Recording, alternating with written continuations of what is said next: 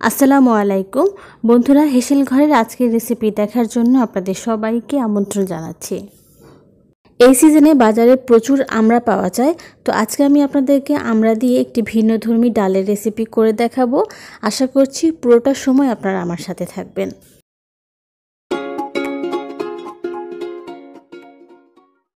আমড়া দিয়ে ডাল রান্না করার জন্য আমাদের প্রধান যে উপকরণগুলো লাগছে সেগুলো আমি আপনাদেরকে এখন দেখিয়ে দিচ্ছি। আমাদের প্রথমেই লাগবে ডাল আর লাগবে আমড়া।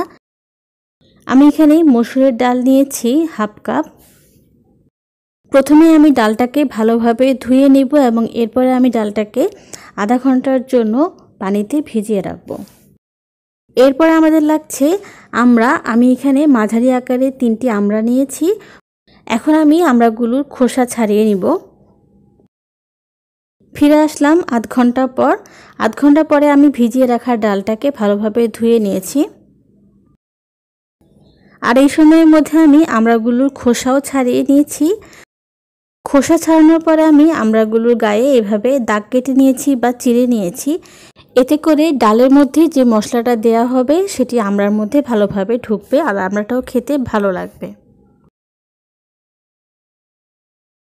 তো এখন আমরা ডালটাকে রান্না করে নিব। তার জন্য প্রথমে আমরা ভিজিয়ে রাখা ডালটাকে সেদ্ধ করে নিব।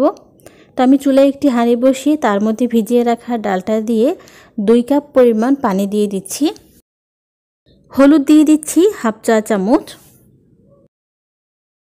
এবারে নেড়ে ভালোভাবে সব কিছু মিশিয়ে নিয়ে 10 মিনিটের জন্য আমরা ডালটাকে সেদ্ধ করে নেব। ফিরে আসছি 10 মিনিট পর। ফিরে আসলাম 10 মিনিট পর। দেখেন আমাদের ডালটা সেদ্ধ হয়ে গেছে।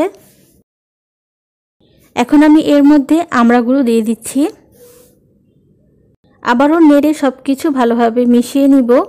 আর আপনারা নিশ্চয়ই খেয়াল করেছেন যে আমি ডালগুলো সেদ্ধ করার সময় কোনো লবণ দিইনি।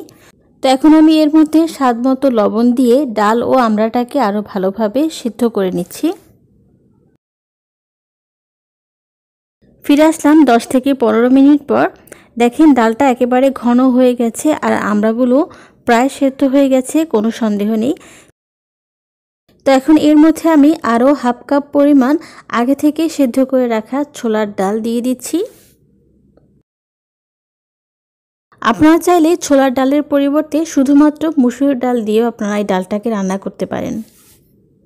আবারও সব কিছু ভালোভাবে নেড়ে মিশিয়ে নেওয়ার পর আমরা ডালটাকে আরও 10 মিনিট জাল করে নিব। 10 মিনিট পর আমরা ডালে বাগার দিয়ে দিব। ফিরে আসলাম 10 মিনিট পর। আমাদের ডালটা রান্না করা হয়ে গেছে। এখন আমরা ডালের মধ্যে বাগার দিয়ে দিব। ডালে বাগার দেওয়ার জন্য আমি একটি কড়াইয়ের মধ্যে 2 টেবিল চামচ পরিমাণ তেল দিয়ে দিচ্ছি। তেলটাকে হালকা গরম করে নিয়ে আমি এর মধ্যে শুকনো মরিচ দিয়ে দিচ্ছি 3টি।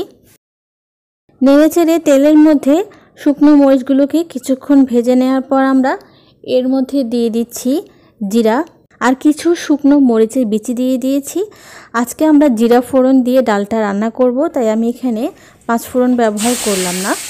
ফোড়ন তৈরি হয়ে গেছে। এখন আমরা এর মধ্যে ডাল দিয়ে দিচ্ছি।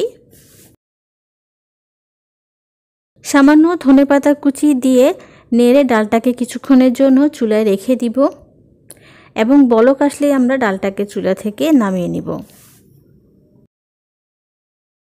ডালটাকে চুলায় কিছুক্ষণ রাখার পর দেখেন বলক এসে গেছে। এখন আমি চুলার আঁচটাকে একটু কমিয়ে দিয়ে ডালটাকে আরও কিছুক্ষণ জাল করে নিব।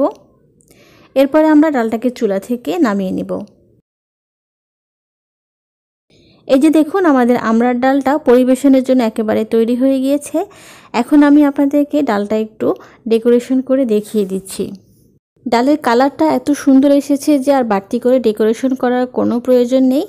আর আমড়াগুলোকে দেখুন, দেখতে মনে হচ্ছে যেন আস্ত ডিম। সবসময় একরকম রান্না না করে যদি মাঝে মধ্যে একটু ভিন্নভাবে রান্না করা যায় তাহলে কিন্তু মন্দ হয় না। গরম ভাতের সাথে এইরকম আমড়ার ডাল দিয়ে খেতে কী যে দারুণ লাগে। আপনারা বাসায় অবশ্যই একবার ট্রাই করবেন আর আমাকে কমেন্ট করে জানাতে পারেন যে রেসিপিটি আপনাদের কেমন লাগলো।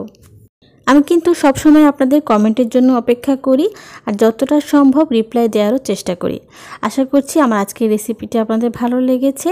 ভালো লাগলে প্লিজ আমার চ্যানেলটি সাবস্ক্রাইব করবেন আর একই নামে অর্থাৎ হেসেল ঘর নামে আমার একটি ফেসবুক পেজও আছে, আপনারা চাইলে সেই পেজটিও ফলো করতে পারেন। নতুন কোনো রেসিপি নিয়ে আবারও আপনাদের সামনে হাজির হব। সেই পর্যন্ত বিদায় নিয়ে নিচ্ছি। আল্লাহ হাফেজ।